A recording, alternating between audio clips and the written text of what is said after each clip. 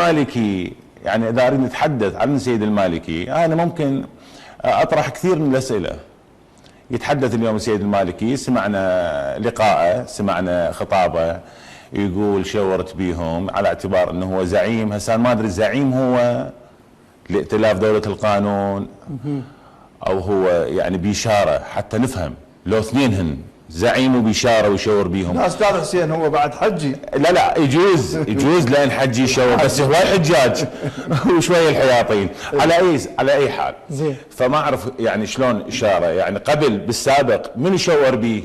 من صارت كارثه سبايكر وسقط ثلث العراق، اكو احد شور بالسيد المالكي؟ لو كان اكو سوء اداره، مو احنا اكو اسئله نريد نطرحها. منو اللي سوى عندنا تضخم؟ طبعا اني دا انتقد الاداره مو شخص السيد المالكي، ادارته. من اللي سوى عندنا تضخم بالتعيينات، بحيث هسه كل وزاره عندنا بيها فد 20,000 زياده؟ شلون؟ مو كانت على اساس انه انتخبني وعينك؟